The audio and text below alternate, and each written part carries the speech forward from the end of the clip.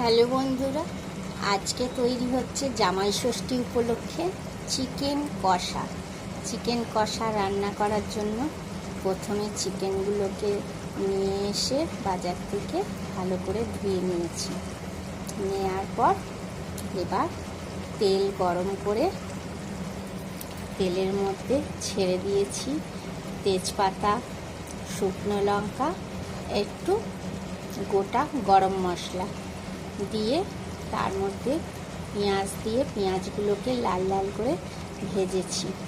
ভাজার পর ওর মধ্যে দিয়েছি আদা বাটা, রসুন বাটা, লঙ্কা বাটা, জিরে গুঁড়ো, হলুদ গুঁড়ো আর সামান্য একটু মিষ্টি দিয়ে, মিষ্টি বলতে গুড় দিয়েছি, দিয়ে ভালো করে মশলাটাকে কষিয়েছি।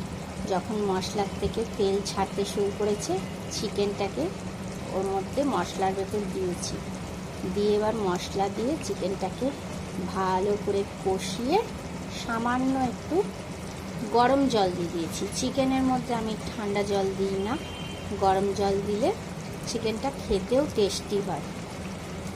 দিয়ে চিকেনটাকে ফোটাচ্ছি। দেখো কার কার চিকেন কষা পছন্দ। এইভাবে চিকেন কষা রান্না করলে খেতে খুব টেস্টি হয়। আর পুরো লাল হয়ে গেছে, দেখো কি সুন্দর। এবার আমার চিকেন কষা রেডি। এবার একটু গরম মশলা ছড়িয়ে দিচ্ছি। Thank you.